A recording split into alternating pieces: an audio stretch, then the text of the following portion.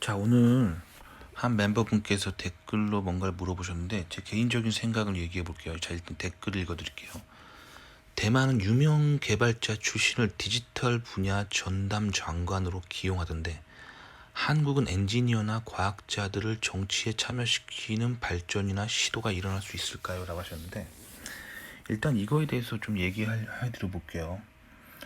한국 사회에 대해서 한국에서만 살면은 잘 모르실 수 있는데 저는 한국에서 나고 자라서 여러분들처럼 젊은 시절을 보내다가 미국에 나이 들어서 오게 됐거든요. 근데 미국과 한국을 비교해 보면 한국 사회 자체가 매우 좌파적이에요. 그래서 한국에서 당연하다고 이거는 한국은 자본주의 국가 아니야 라고 어렸을 때부터 생각해왔던 개념들이 미국에 와서 보잖아요. 그럼 미국 관점으로 한국 사회를 바라보면 한국 사회가 매우 사회주의적이에요. 뭐 예를 들면 한국의 건강보험 제도라든가 뭐 그런 거, 그리고 한국의 정년 퇴임 같은 거, 뭐 그런 거, 그리고 한국의 이 수직적인 상하관계 뭐 이런 한국 시스템들을 보면은 굉장히 사회주의적이에요. 그러니까 굉장히 좌파 진보적인 사상으로 가득 차 있는 게 한국 사회인데, 한국 젊은이들은 한국을 바라볼 때 어떻게 생각하냐면 한국 사회가 되게 보수적이라고 생각해요. 그러니까 사실 한국 사회는 매우 좌파 진보적인 사회인데 한국 젊은이들은 그게 보수적이라고 생각해요. 그러니까 한국에서 나고 자라면 좌우 개념이 되게 헷갈립니다. 이게 진짜 거꾸로 생각하게 돼요. 왜 그러냐면 한국을 지배하고 있는 사상이 유교이기 때문이에요. 그러니까 좌파, 우파 이 개념은 어디서 왔냐면 서구에서 왔어요. 그리고 서구 사람들은 좌파, 우파 개념을 어떻게 생각하게 됐냐면 성경에 나와 있습니다. 성경적이면 우파, 반성경적이면 좌파. 이렇게 보시면 돼요. 서구 사람들은 그래서 보수하면은 성경의 가치관을 지키는 것이 보수고, 그리고 진보라고 하면은 이제 성경 얘기는 좀 그만하자. 성경으로부터 자유하고 인본주의적인, 인문학적인 그런 사상으로 우리 사회를 만들자. 이게 진보예요. 근데 한국 사람들은 요 개념이 없기 때문에 좌우 구분을 못해요. 그래서 한국에서 좌우 구분을 서구식으로 할 수 있는 사람은 한국에서 개신교 교회 다니는 사람들 외에는 별로 없습니다. 그러니까 이 개념을 먼저 아셔야 돼요, 확실하게. 그래서 이 성경적으로 서구인들은 세계를 바라본다는 걸 아셔야 돼요. 자, 근데 대만 얘기를 왜 하냐면 대만은 원래 중국 영토였잖아요. 그래서 대만도 굉장히 그런 중국의 영향을 받아서 그런 사상들이 있었어요. 근데 대만이 이제 중국과 분리되면서, 그리고 굉장히 조그마한 섬에 살고 있잖아요. 그러니까 호시탐탐 중국이 먹으려고 하고 있어요. 그래서 대만 사람들은 이 극한의 불안감을 가지고 있거든요. 그것 때문에. 그래서 미국으로 굉장히 많이 유학을 갑니다. 그리고 미국에서 공부를 많이 한 다음에 그걸 가지고 다시 대만으로 돌아와서 대만을 미국과 아주 긴밀하게 연결하려고 하고 있어요. 그러니까 대만 사회는 매우 우파적입니다. 매우 보수적이고 그 서양의 관점으로 봤을 때 보수 우파적인 사회예요. 그리고 매우 친미적입니다. 그래서 대만이 이렇게 유명 개발자 출신을 디지털 분야 전담 장관으로 기용하는 게 이게 미국에서 온 유학파들 때문이에요. 근데 한국은 안 그랬거든요. 한국은 제가 대학 마치고 한국에서 직장 생활할 때까지만 해도 한국의 엔지니어링 대기업이라든가 웬만한 뭐 장관들이나 이런 사람들 보면 다 인문계 출신이었어요.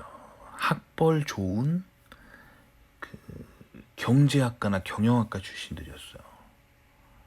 그런데 이게 언제 깨지게 됐냐면 이제 한국의 그 인류 대기업 있잖아요. 거기가 미국으로부터 기술을 굉장히 많이 수입하거든요. 그래서 그들이 살아남기 위해서 미국 유학파라고 하면 무조건 받아들이는 정책을 많이 시도를 합니다. 그래서 그 기업 때문에 미국 유학파가 한국으로 많이 들어오게 됐어요. 그러면서 그 기업을 중심으로 이제 임원들이나 사장들이 공학 박사 출신들이 나오게 되는 거죠. 그러니까 이런 한국 사회에 이런 엔지니어 출신들이 그런 정치에 참여하고 발전하려면 좀 더 미국적으로 가야 됩니다. 미국 유학파들이 좀 더 많이 한국으로 유입돼야 합니다. 한국은 기본적으로 유교란 사상이 깊이 깔려 있기 때문에 뭔가 통치자나 지도자가 인문학자가 나와야 된다고 생각하는 경향이 되게 강합니다. 그게 이제 유교적인 백그라운드 때문에 그래요. 그래서 심지어 무슨 전자라고 하는 기업에서조차도 사장이 공학 박사 출신이 아니었어요. 한국의 무슨 전자라고 하는 역대 사장들 전공을 보면은 학벌 좋은 경영학과 출신들이 압도적이었어요. 그러다가 최근에서야 미국의 물결을 받아서 이제서야 바뀌고 있습니다. 이제서야 한국 전자회사들의 임원들의 공학 박사 출신들이 이제서야 나타나고 있어요. 그러니까 이게 좀 더 한국 사회가 이런 유교를 바탕으로 한 좌성향의 사회에서 좀 나와야 됩니다. 그리고 그런 미국적인 그런 효율적인 사고방식. 그러니까 공대 사장은 공학 박사가, 그리고 과학기술부 담당 장관은 공학 박사가, 이런 생각, 이런 합리적인 생각은 이제 서구적 자본주의적인 생각이죠. 그러니까 한국이 그만큼 한국 사회가 매우 좌파적이라는 거예요. 그래서 뭐 요거에 좀 해결이 돼야 지금 님이 말한 게 될 것 같아요. 그러니까 한국에 사시는 분들은 한국 사회가 매우 좌파적이고 매우 사회주의적이라는 거를 잘 인식을 못해요. 그리고 한국의 대중들은 지금 어떻게 생각하냐면 한국이 너무 우파적이라고 생각하고 그래서 더 좌파적이라고 가야 된다라고 생각하고 그렇게 계속 막 운동을 하잖아요. 한국의 대중들이. 그래서 한국의 우파 대통령이 되면 되게 힘들어 하잖아요. 이게 근데 한국 사회가 국제사회 기준으로 봤을 때는 굉장히 사회주의적인 사회라니까요.